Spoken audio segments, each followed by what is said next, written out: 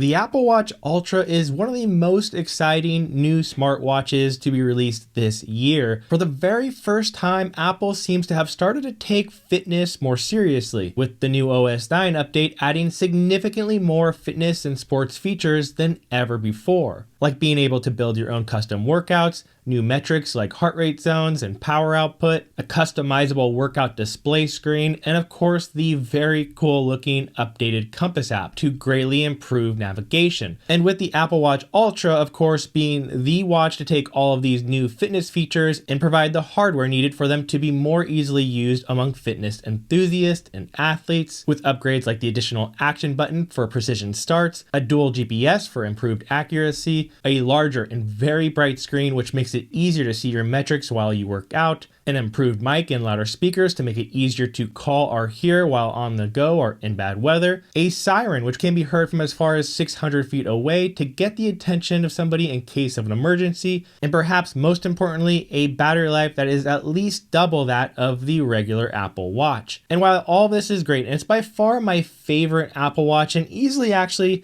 just my favorite smartwatch, it is still at its core just a smartwatch and not truly designed as a sports watch, missing many critical components that even for a more recreational athlete make it a pretty inferior alternative to a more dedicated sports GPS watch like Garmin and COROS and others. And look, I'm a big Apple fan. I have an iPhone, I do all my work on my iMac, I have an iPad, I use AirPods, I'm heavily in their ecosystem, but I've never really been able to use the Apple Watch as a sports watch because it's just always been such a weaker option for that use. And so with the Apple Watch Ultra, as it's been marketed towards the outdoor athlete, I was pretty excited to try it out. Now after having it, I still do really love it. It's a great smartwatch, but I think it's a bit misleading to say that this is designed for an outdoor athlete because, well, that's not really the truth given the current set of features or really the current lack of features dedicated for that use. Now, if you love the Apple Watch and you want the biggest and best version of it and don't care so much for the fitness aspect, then you should pretty much just get it. And what I have to say in this video isn't going to really apply for you. But if you're somebody who is considering the Apple Watch Ultra as your main outdoor sports GPS watch, I'm going to cover 6 aspects of the Apple Watch Ultra that I think you really need to consider first. For those of you new to the channel, this is Colin with Connect the Watts, where we cover everything in connected fitness. So if you want to stay up to date on the latest fitness tech,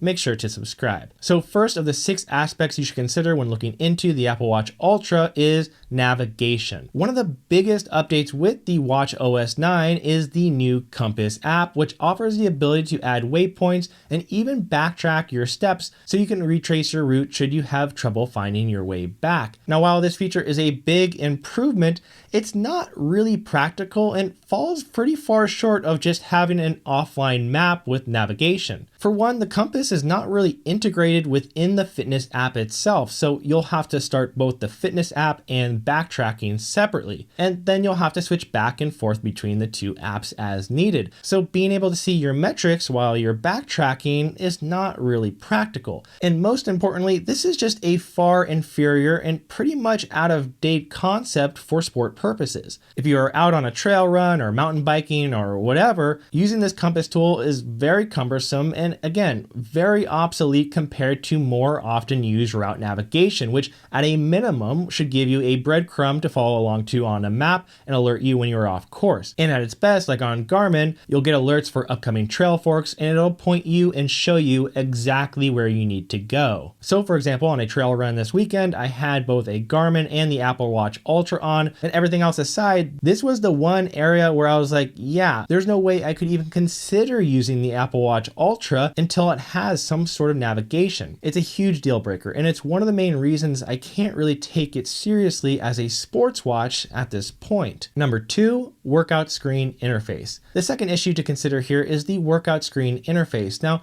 this has been improved as it is definitely bigger and easier to see, and being able to have that action button with a precision start is certainly a nice perk, but the interface is still very badly designed, at least in my opinion, for being able to see what you want to quickly and easily while you're on the go. It's just that with all these stats lined up on top of each other in this way, it makes it more difficult to have a quick glance and tell exactly which number is which, and this is why almost no other sports watch displays metrics like this, and instead breaks them into more customizable sections where there are more obvious size and placement differences. And then while it is great that you can finally customize some of the workout screens, that customization is fairly limited in regards to the type of metrics that you can see on any given page, and many of the metric layouts you can't customize at all. Number 3, workout metrics. Now, next to discuss is the actual workout metrics that are available here. And again, Apple has made a lot of improvements with the new OS 9, like adding the ability to see vertical oscillation, ground contact time, and power output. And while this is very great, especially having that power output for those of you who have to deal with any sort of incline, as you know, your pace really isn't that useful in those situations. But it's not perfect, and it's also kind of strange here that the power goes to 0 when you walk instead of run. And this isn't a huge deal or anything, but when you're going up something really steep, it's nice to still have that power output number as you grind your way up, and it's still very useful in those situations to have an actual number here. And then of course there's just not a lot here when it comes to various workout tracking metrics, including one of my favorites, your adjusted pace that Garmin and COROS and others use for those runs or rides involving a lot of elevation. Number 4, custom workouts. Next we have custom workouts, and again, Apple has made a ton of improvements here, finally allowing you to actually create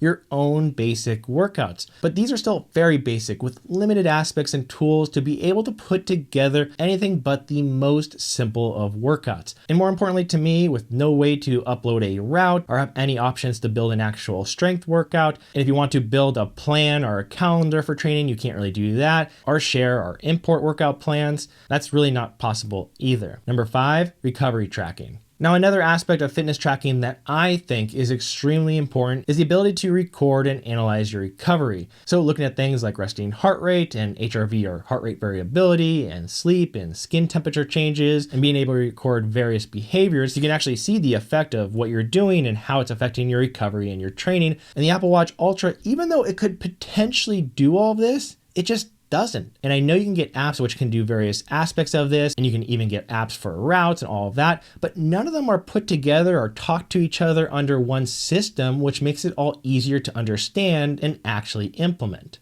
Number 6, battery life. Yes, the battery life of the Apple Watch Ultra is a big improvement and likely the number one reason people will actually want to get the Apple Watch Ultra. But with 2 or 3 days of battery use, while an improvement for Apple, it's still much lower than any other sports watch. Because yes, while the Apple Watch Ultra can certainly last a long marathon or ultra marathon, the average person is still going to have to worry about charging this thing all the time, especially if you're going to wear it while you sleep to get that sleep data, or if you're going for a weekend camping trip or a hike. There's still going to be a lot of problems with this battery, especially compared to the modern sports GPS watch, which can often go weeks without a charge and in some cases over a month. Now here's a bonus number 7. So if you're somebody who likes to train on connected fitness devices like a Peloton or Hydro, well, Apple, unlike most other sports watches, does not have any sort of Bluetooth broadcast support. So you can't really use it to send your heart rate to other fitness devices unless they have an Apple Gym Kit, which very few do, or in some cases like Peloton, they do have a workaround where you can connect to their app and that app can then connect to the bike. But in general, for indoor training, the Apple Watch Ultra